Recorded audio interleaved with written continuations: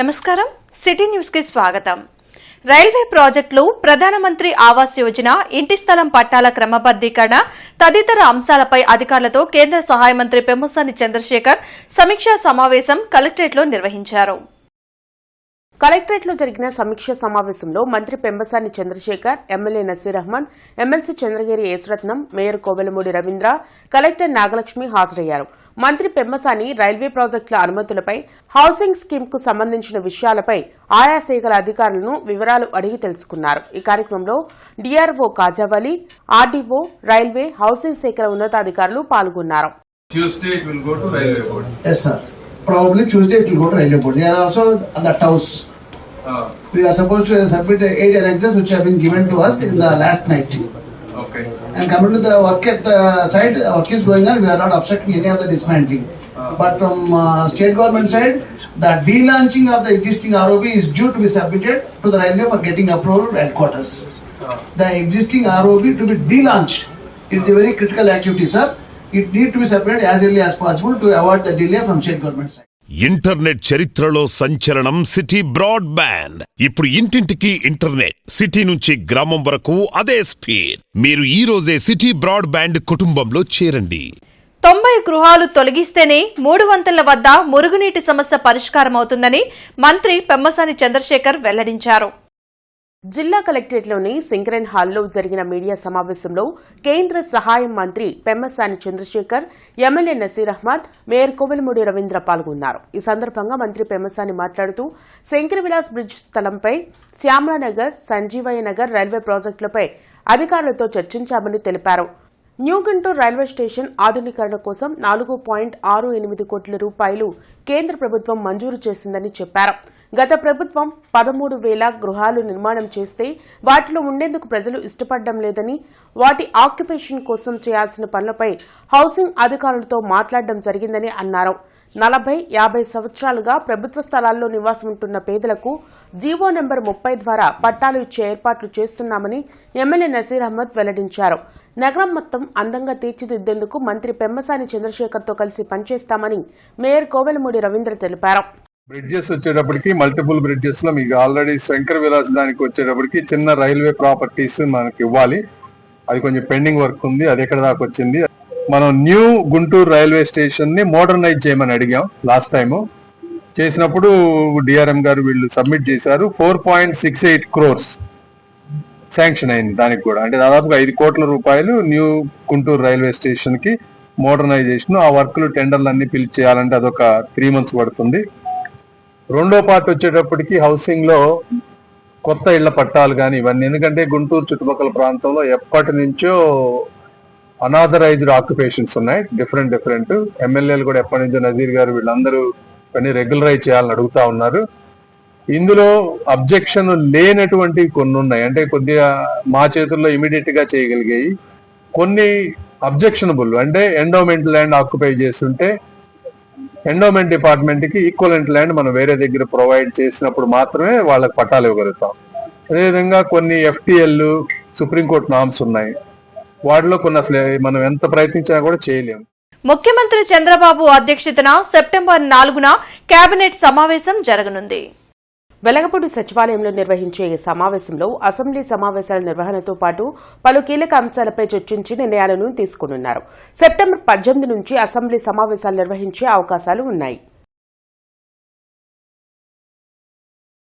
విద్యానగర్లోని little flower school సమీపంలో 16వ గణపతి ఉత్సవాలు ఘనంగా కొనసాగుతున్నాయి. సెప్టెంబర్ 4 వరకు ప్రతిరోజు లంబోదరుడికి విశేష పూజలు నిర్వహించనున్నారు. స్థానికుల సహకారంతో గత 16 ఏళ్లుగా వినాయక చవితి ఉత్సవాలను నిరాటంకంగా నిర్వహిస్తున్నట్లు కమిటీ ప్రతినిధులు తెలిపారు. స్వామివారి నిమజ్జనం కార్యక్రమంలో భక్తులు విశేషంగా పాల్గొనాలని కోరారు. ఇది నిన్న వినాయక చవితి రోజు స్టార్ట్ చేసినటువంటి ఉత్సవాలు 4వ తారీఖు వరకు, రేపు సెప్టెంబర్ 4వ తారీఖు వరకు చేసుకొని 4వ తారీఖు నాడు నిమజ్జనం జరుగుతుంది. ఈ నిమజ్జనానికి భారీ ఎత్తున అన్నసంతర్పణ జరుగుతుంది. నగర ప్రజలందరూ కూడా ఈ కార్యక్రమానికి వచ్చి అన్నసంతర్పణలో పాల్గొని దేవుడు ఊరేగింపులో పాల్గొని స్వామివారిని నిమజ్జన కార్యక్రమంలో సహకరించి రావాల్సిందిగా గుంటూరు నగర ప్రజలని, ముఖ్యంగా విద్యానగర్ ప్రజల్ని మేము కోరుకుంటున్నాం కమిటీ తరఫున. కొరటిపాడులో కార్తికేయ యూత్ ఆధ్వర్యంలో 3వ గణపతి ఉత్సవాలు వైభవంగా కొనసాగుతున్నాయి. సెప్టెంబర్ 14 వరకు ప్రత్యేక పూజలు, హోమాలు నిర్వహించనున్నారు. భారీ సెట్టింగ్తో ఏర్పాటు చేసిన విఘ్నేశ్వరుడి మండపంలో స్వామివారిని దర్శించుకునేందుకు భక్తులు తరలివస్తున్నారు.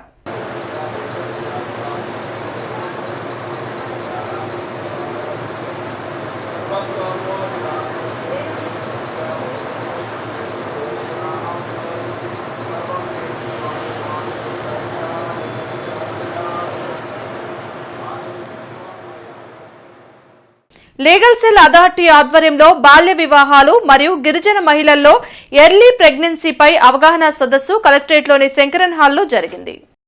కలెక్టరేట్లో జరిగిన అవగాహన సదస్సులో జిల్లా ప్రధాన న్యాయమూర్తి బి సాయి కళ్యాణ చక్రవర్తి హాజరయ్యారు. ఈ సందర్భంగా ఆయన మాట్లాడుతూ ప్రజలకు అందాల్సిన అన్ని సేవలను అందించే ఉద్దేశంతోనే లీగల్ సెల్ అథారిటీ ఏర్పాటు జరిగిందని వెల్లడించారు. కోర్టుల్లో ఫీజు చెల్లించి లాయర్లను పెట్టుకోలేని పేదవారికి లీగల్ అథారిటీ సహాయం చేస్తుందని తెలిపారు. ప్రభుత్వం నుంచి ఎన్ని లక్షలు వచ్చినా ఎవరికి వారు స్వయం కృషి చేయడం వల్లనే జీవితంలో ఎదుగుతారని చెప్పారు. ఈ కార్యక్రమంలో లీగల్ అథారిటీ సెక్రటరీ జియావుద్దీన్, జిల్లా మొదటి అదనపు న్యాయమూర్తి ఎల్ సత్యవతి, 4వ జిల్లా అదనపు న్యాయమూర్తి శరత్ బాబు, ఎస్పీ సతీష్ కుమార్, మెప్మా, డిఆర్డీఏ అధికారులు పాల్గొన్నారు.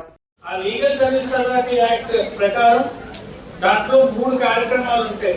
ఇందాక ఎస్పీ గారు చెప్పినట్టు చట్టాల మీద అవగాహన కలిగించడం, అదేవిధంగా మీకు ఎవరికైనా కష్టం వస్తే మీరు కోర్టులో ఇప్పుడు డాక్టర్ల దగ్గరికి వెళ్ళినా లాయర్ల దగ్గరికి వెళ్ళినా ఫీజులు ఎక్కువ ఉంటాయి. ఆ ఫీజులు భరించలేని వారికి న్యాయం అందజేయడం అన్నది తప్పు. కాబట్టి ఫ్రీ లీగల్ ఎయిడ్, ఎవరికైనా న్యాయ సహాయం అన్నది ఉచితంగా అందించడం అన్నది ఒక మహత్తరమైన కార్యం. ఆ కార్యాన్ని కూడా ఈ లీగల్ సర్వీస్ అథారిటీ ద్వారా మేము నిర్వర్తిస్తున్నామండి. అదేవిధంగా ఏవైతే మ్యాటర్లు సెటిల్మెంట్ చేయదగ్గ ఉన్నాయో, పరిష్కరించదగ్గ ఉన్నాయో అవి కూడా లోక్ అదాలత్ ద్వారా పరిష్కరిస్తాం. ఈ 3 ముఖ్య ఉద్దేశాలతో మేము legal service authority నడుపుతున్నాం.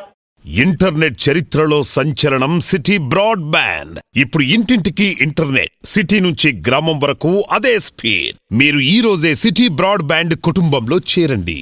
Shri Ganesh ఉత్సవ కమిటీ ఆధ్వర్యంలో విద్యానగర్ 1వ లైన్లో 16వ వినాయక చవితి మహోత్సవాలు ఉత్సాహంగా కొనసాగుతున్నాయి.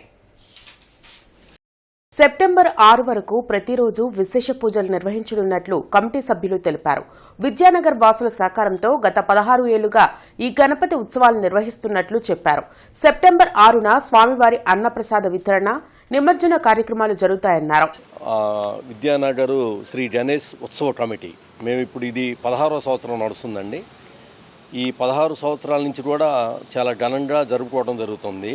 దీనిలో మన విద్యానగర్ వాసులందరూ కూడా ఈ కార్యక్రమంలో పాల్గొని అందరూ భక్తి శ్రద్ధలతో 11 రోజులండి. మనం 27వ తారీఖు పెట్టాం, మళ్ళీ రేపు 6వ తారీఖు వరకు జరుగుతుంది. ఇది సాయంత్రం పూట అయితే రోజు ఉదయం సాయంత్రం 2 పూటల పూజ జరుగుతుంది. దాంట్లో ఇప్పుడు కూడా దంపతులు కూర్చోమన్నారు. ప్రతిరోజు ఉదయం సాయంత్రం 2 పూటలు కూడా దంపతులతో పూజా కార్యక్రమాలు జరుగుతాయి. వికాస్ స్కూల్ విఐఐటి క్యాంపస్లో తెలుగు భాషా దినోత్సవాన్ని అంగరంగ వైభవంగా నిర్వహించారు. తెలుగు భాషను ప్రజలందరికీ సులభంగా అందించేందుకు గొప్ప కృషి చేసిన వ్యక్తి గిడుగు వెంకట రామ్మూర్తి పంతులు గారని తెలిపారు. ఆయన భాషావేత్త మాత్రమే కాక అనేక భాషలను కూడా సులభంగా మాట్లాడగలిగేవారన్నారు. అక్షరాస్యులు, నిరక్షరాస్యుల మధ్య ఉన్న భాషా అంతరాన్ని తగ్గించడానికి సంభాషణల్లో సులభమైన తెలుగు వాడాలని ప్రోత్సహించారు. అందుకే ప్రతి సంవత్సరం ఆగస్టు 29వ తేదీన గిడుగు వెంకట రామ్మూర్తి జయంతిని తెలుగు భాషా దినోత్సవంగా జరుపుకుంటున్నామని తెలిపారు. ఈ సందర్భంగా వికాస్ స్కూల్ విఐఐటి క్యాంపస్లోని విద్యార్థులు గిడుగు వెంకట రామ్మూర్తి గారి ఉపన్యాసాలిచ్చారు. 1వ తరగతి నుండి 10వ తరగతి వరకు విద్యార్థులు పొడుపు కథలు, గేయాలు, చిలిపి ప్రశ్నలు, పద్యాలు, చిత్రలేఖనం మరియు తెలుగు భాష గొప్పదనాన్ని తెలిపే పాటలను ప్రదర్శించారు. అదేవిధంగా 1వ మరియు 2వ తరగతి విద్యార్థులకు పద్యాల పోటీలు, 3వ నుండి 5వ తరగతి విద్యార్థులకు వ్యాసరచన పోటీలు, 6వ తరగతి నుండి 10వ తరగతి విద్యార్థులకు క్విజ్ పోటీలు నిర్వహించారు. వ్యాసరచన మరియు క్విజ్ పోటీలో విజయం సాధించిన విద్యార్థులకు డైరెక్టర్ రోజశ్రీ మరియు ప్రధానోపాధ్యాయులు వి ప్రమీల బహుమతులను అందజేశారు. ఈ సందర్భంగా వికాస్ విద్యా సంస్థల డైరెక్టర్ దండా పవన్ కుమార్ మాట్లాడుతూ తెలుగు భాష కోసం కృషి చేసిన గిడుగు వెంకట రామమూర్తి గారి పుట్టినరోజున వికాస్ స్కూల్లో జరపడం ఆనందంగా ఉందని అన్నారు. ఈ కార్యక్రమంలో ఉపాధ్యాయులు, విద్యార్థులు ఉత్సాహంగా పాల్గొన్నారు.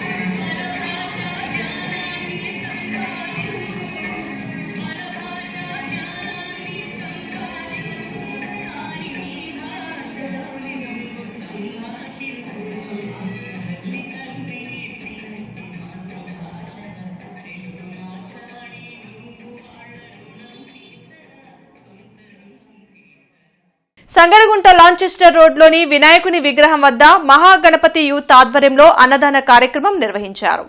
ఈ కార్యక్రమానికి ముఖ్య అతిథిగా డిప్యూటీ మేయర్ షేక్ సజీలా మరియు మాజీ standing committee chairman Sheikh Shaukat పాల్గొన్నారు. కూటమి ప్రభుత్వ టీడీపీ నాయకులు, జనసేన నాయకులు, బీజేపీ నాయకులు తదితరులు పాల్గొన్నారు.